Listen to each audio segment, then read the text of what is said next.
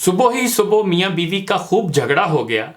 بیگم صاحبہ غضبناک ہو کر بولیں، بس بہت کر لیا برداشت، اب میں مزید 1 منٹ بھی تمہارے ساتھ نہیں رہ سکتی۔ میاں جی بھی طیش میں تھے، وہ بولے، میں بھی تمہاری شکل دیکھ دیکھ کر تنگ آ چکا ہوں، دفتر سے واپس آؤں تو مجھے نظر نہ آنا گھر میں، اٹھاؤ اپنا ٹین ڈبہ اور نکل لو میرے گھر سے۔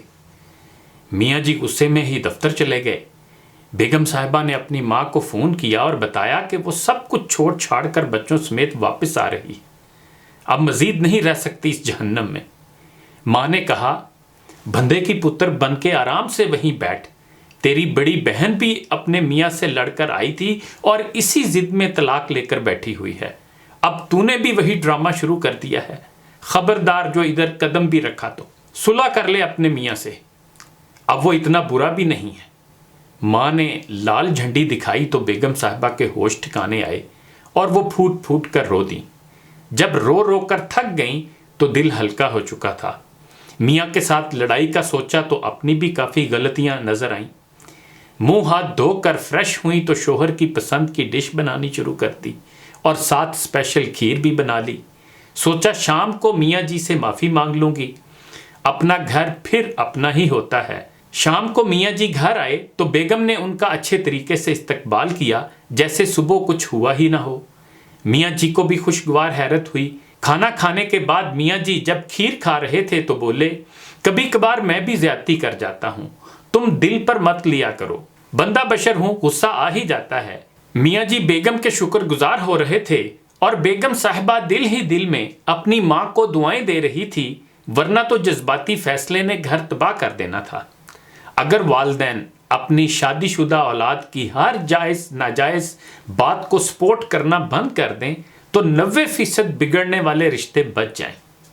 میاں بیوی کو گاڑی کے 2 پہیوں سے تشبیہ دی جاتی ہے اور ظاہر ہے کہ گاڑی ایک پہیے پر نہیں چلتی۔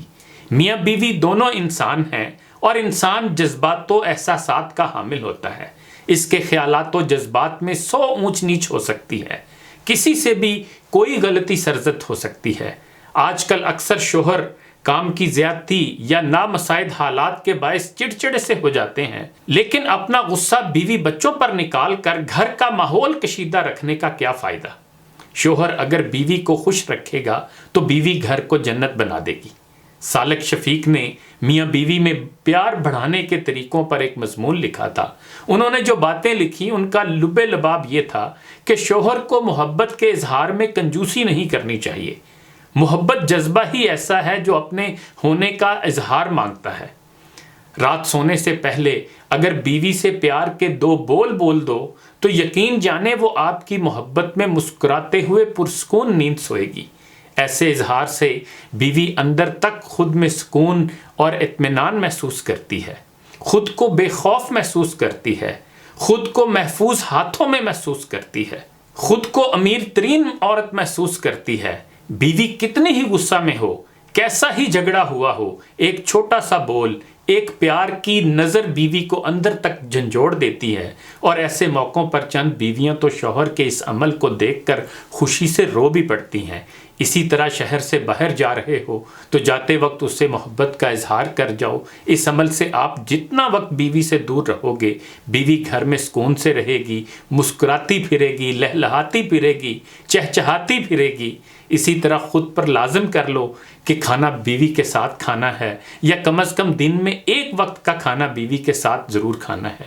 اگر یہ عمل شروع کریں گے تو یقین جانیں ایک وقت ایسا آئے گا کہ اگر آپ کہیں مصروف ہیں تو آپ کی بیوی بھوکی سو جائے گی لیکن آپ کے بغیر ایک نوالا پیٹ میں نہیں ڈالے گی۔ اور یہ میاں بیوی کے درمیان محبت کی ایک خوبصورت دلیل ہے۔ کھانا کھاتے وقت ہاتھ سے 2 نوالے بیوی کو کھلا دیں، یہ عمل شوہر اور بیوی کے درمیان انس پیدا کرتا ہے۔ اگر بیوی کسی بات پر ناراض ہے تو ناراضگی کو دور کرنے میں بے حد مددگار ثابت ہوتا ہے۔ یہ عمل میاں اور بیوی کے درمیان محبت کو تقویت فراہم کرتا ہے۔ کھانا کھاتے وقت بیوی کے بنائے ہوئے کھانے کی 2 الفاظ میں تعریف کریں، یہ بیوی کا حق ہے۔ اس سے بیوی کے اندر حوصلہ پیدا ہوتا ہے۔ یہ 2-4 باتیں تھیں جن پر عمل کر کے زندگی کو بہت زیادہ خوبصورت بنایا جا سکتا ہے۔ لوگ کہتے ہیں ایسی باتیں کہنا تو آسان ہے لیکن عملی طور پر کرنا مشکل ہے۔ ارے جناب، کیسی مشکل ان اعمال کو کرنے میں؟ نہ ہمارے پیسے لگتے ہیں، نہ ہمارا وقت ضائع ہوتا ہے، اور نہ ہی کسی قسم کی کوئی مشکل پیش آتی ہے۔ جناب، زندگی کو خوبصورت بنانا پڑتا ہے۔ خوبصورت زندگی بازار میں نہیں ملتی، خود بنانی پڑتی ہے۔ بہت سے لوگ تو صرف انا کی وجہ سے ایسے کام نہیں کرتے۔ ایک حدیث کا مفہوم ہے، نبی کریم صلی اللہ علیہ وآلہ وسلم پانی پینے کے لیے پیالے پر وہاں ہونٹ لگاتے تھے جہاں سے ان کی زوجہ رضی اللہ تعالی عنہا نے ہونٹ لگا کر پانی پیا ہو۔ کہنے کو ہم اپنے نبی کی ہر ادا پر مر مٹ جانے کو تیار ہیں، تو ذرا یہ تو دیکھیں کہ دونوں جہانوں کے سردار کا اپنی بیویوں کے ساتھ کیسا سلوک تھا۔ ہم پڑھیں گے تو ہمیں معلوم ہوگا نا۔ ہمیں ہمارے آفس ورک، دوستوں اور موبائل سے فرصت نہیں ملتی، حالانکہ اپنی انا کے خول کو توڑ کر ان اعمال کو زندگی میں لانا بہت ضروری ہے تاکہ آپ کی ازدواجی زندگی ایک خوشگوار ازدواجی زندگی بن جائے۔ ورنہ دنیا میں کروڑوں لوگ زندگی گزار رہے ہیں، آپ بھی گزار لیں گے، کیا فرق پڑتا ہے؟ میں اکثر کہتا ہوں، زندگی کو گزارنا نہیں ہے، زندگی کو جینا ہے، اور یہ کام اپنی انا کو توڑے بغیر ممکن نہیں۔ ہمیں اشرف المخلوقات بنایا گیا ہے، ورنہ جنسی خواہش جانور بھی پوری کر لیتے ہیں، دوڑ دھوپ کر کے کھانا وہ بھی اکٹھا کر لیتے ہیں، اور رہنے کے لیے گھونسلہ، کچھار، گھر وہ بھی بنا لیتے ہیں۔ افلاک سے ہے اس کی حریفانہ کشاکش، خاکی ہے مگر خاک سے آزاد ہے مومن، جچتے نہیں کنجوش کو حمام اس کی نظر میں، جبریل و سرافیل کا صیاد ہے مومن۔ انہی گزارشات کے ساتھ اجازت چاہوں گا، اپنا خیال رکھیے گا، اللہ حافظ۔